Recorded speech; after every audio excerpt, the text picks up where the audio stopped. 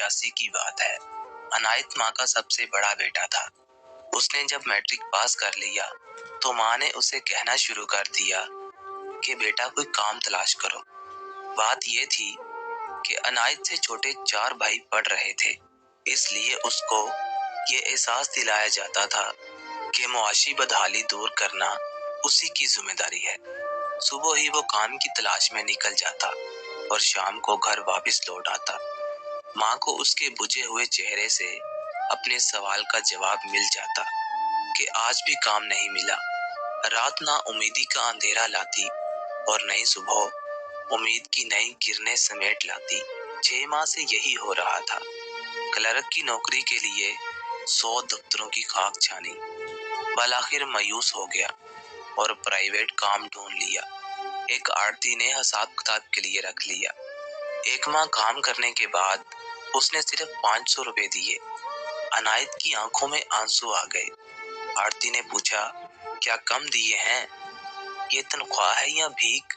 अनायत ने धीमे लहजे में शिकवा किया। तो पहले से तय कर लेते ना। शुक्र करो कि 500 रुपए मिल गए हैं, वरना हर जगह पहले 6 माह मुफ्त काम करना पड़ता है। पहले तजर्बा हासिल कर लो तो अच्छा है, तब तनख्वाह की बात करना। अनायत के ऐसे हालात ना थे कि वो तजर्बाती मेहनत पर वक्त जाया करता। वो थक हार कर रह गया।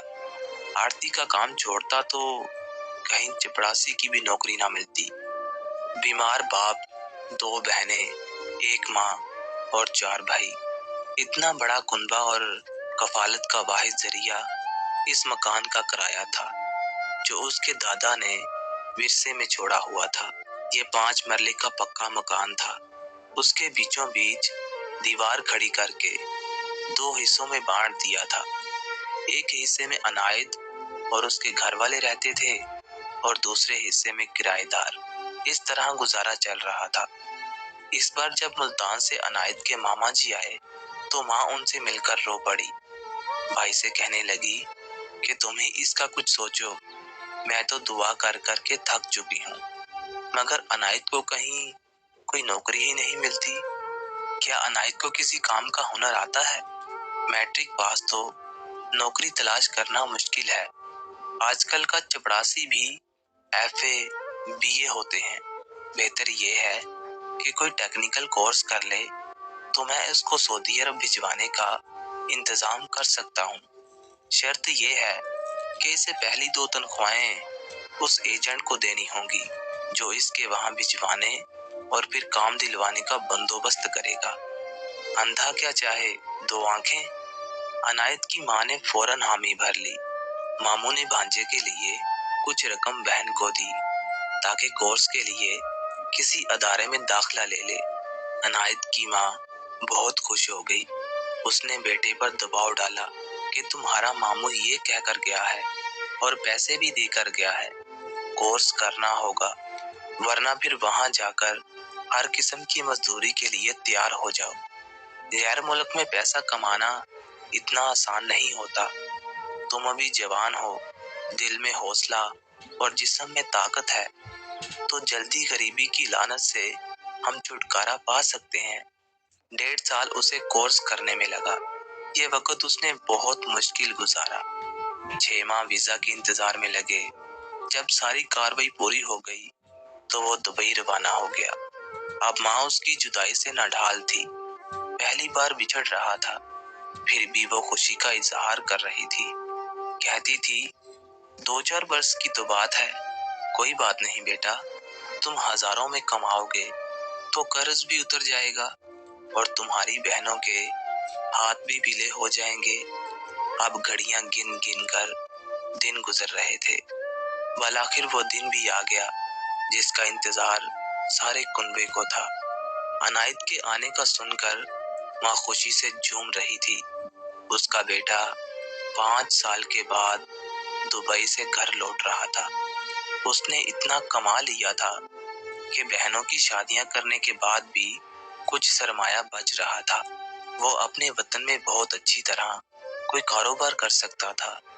उसने फोन पर कहा था, माँ फिक्र ना करना, मैं बहनों के लिए उम्दा रेशमी जोड़े, घड़ियां और घरेलू छोटा मोटा सामान साथ ला रहा हूँ। उसने अपने आने की तारीख भी बता दी। वो पहले मुल्तान में उतरा, जहाँ से एक रोज ननिहाल में ठहर कर मामू से मिलना था, फिर आगे अपने शहर जाना था। मामू का शुक्रिया अदा करना लाजिम था, जिनकी मेहरबानी ने उनको खुशियों और आसूदा हाली के ये दिन दिखाए थे। सो वो एक दिन मामू के घर ठहरा, उनको और उनके बच्चों को तोहफे दिए और जाने की इजाजत चाही। मामू ने कहा, बेटा तुम्हारे पास सामान है, वैगन या बस पर जाना मुनासिब नहीं, ऐसा करो टैक्सी कर लो। इस पर मोमानी बोली, मेरा मामूजाद फलक शेर टैक्सी चलाता है, क्यों ना उसको फोन करके बुला लें।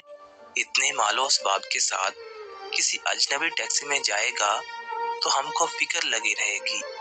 मामू ने कहा, बेगम ठीक है, तुम अपनी मोमानी को फोन करके फलक शेर को यहाँ बुलवा लो। मोमानी ने फोन किया, फलक शेर ने ही रिसीवर उठाया। फोन की बात सुनकर कहने लगा कि मैं आज फारिग ही हूँ, आकर अनायत साहब को ले जाता हूँ। आधे घंटे बाद उसने दस्तक दी। मामू बाहर निकले तो उसने कहा, मैं जरा जल्दी में हूँ, गाड़ी चेक करवा लूं। रास्ते में जगह जगह सड़क टूटी हुई है, अनायत को भेज दें। वर्कशॉप पर कितना टाइम लगेगा? मामू ने सवाल किया। यही कोई आधा घंटा, फलक शेर ने जवाब दिया। यूं मामू ने अनायत को फलक शेर के साथ भेज दिया। फलक शेर रास्ते में एक वर्कशॉप पर रुका। थोड़ी देर बाद आकर बोला, अनायत भाई, मोटर में काम जरा ज्यादा निकल आया है। आप ऐसा करें, आप मेरे घर पर थोड़ी देर कयाम कर लें, मैं गाड़ी बनवाकर अभी आता हूँ। वो बेचारा मान गया। फलक शेर उसे अपने घर ले आया।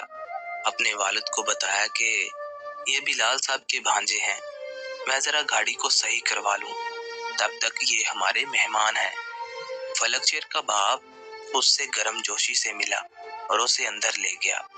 उसकी खातर तवाज़ा की और दोनों दुबई की बातें करने लगे। जबकि फलक शेर वापस वर्कशॉप पर चला गया। उसने 1-2 घंटे का कहा था, लेकिन मगरिब हो गई थी, लेकिन वो अभी तक नहीं लौटा था।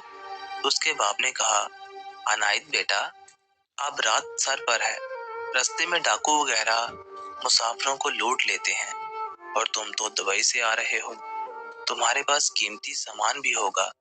जी हाँ बिल्कुल, मेरा तो सारा ही सामान कीमती है। बहनों के जहेज के लिए खरीदारी की है। 5 साल के बाद घर लौट रहा हूँ। तब तो नकदी वगैरह भी होगी तुम्हारे पास। नकदी के साथ कुछ सोना भी खरीदा है अंकल।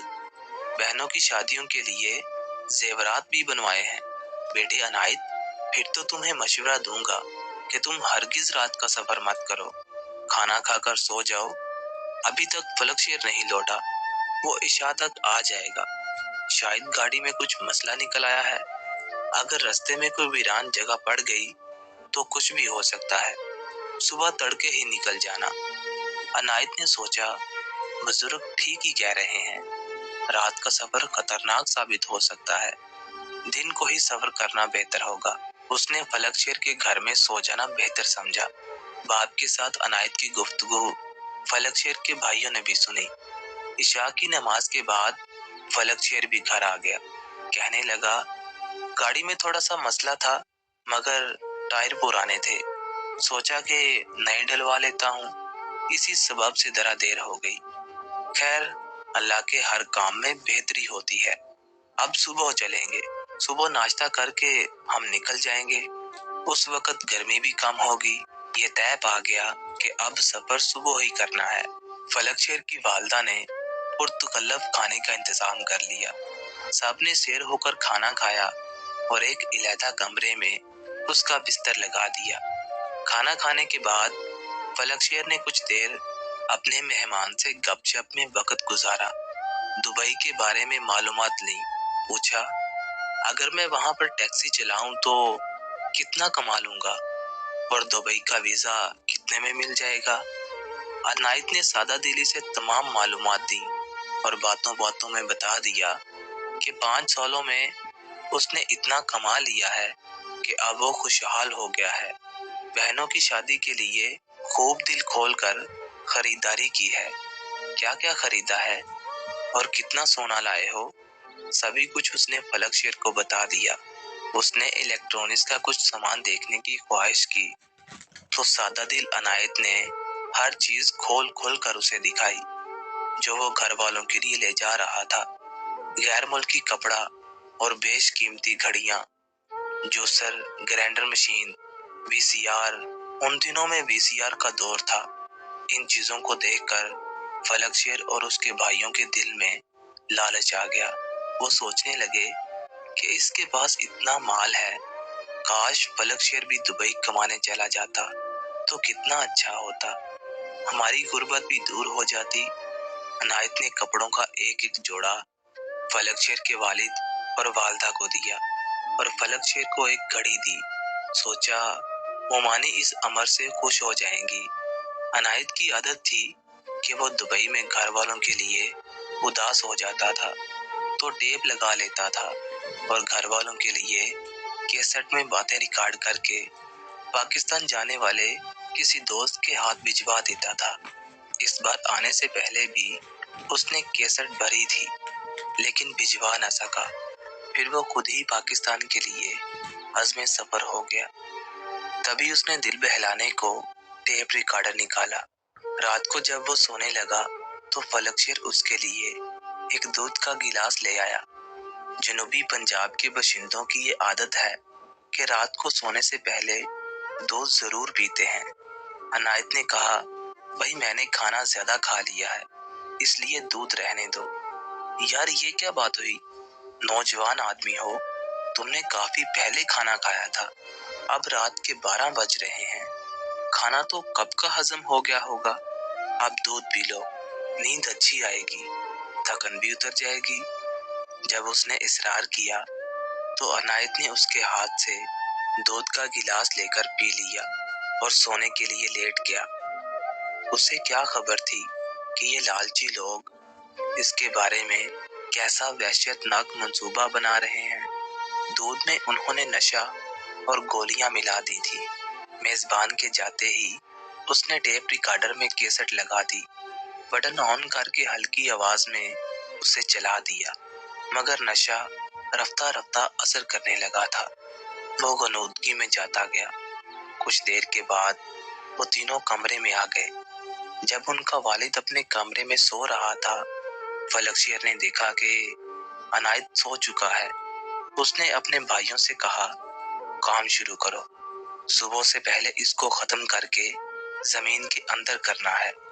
इसके छोटे भाई अकबर ने अनायत की टांगे पकड़ ली।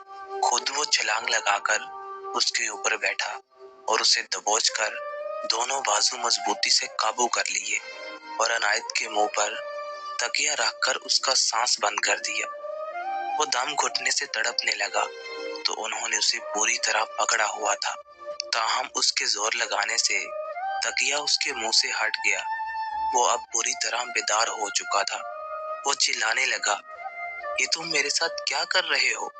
वो बस इतना ही बोल पाया था कि फलक शेर ने दोबारा तकिया उसके मुंह पर रखकर अपने घुटनों से उसको दबा दिया और उसकी सांस को पूरी कुव्वत से बंद कर दिया। तभी फलक शेर की माँ आवाज सुनकर कमरे में दाखिल हुई। यहाँ तो कमरे में अजीब ही मंजर था। उसके तीनों बेटे अनायत पर सवार थे और उसकी जान निकालने में लगे हुए थे।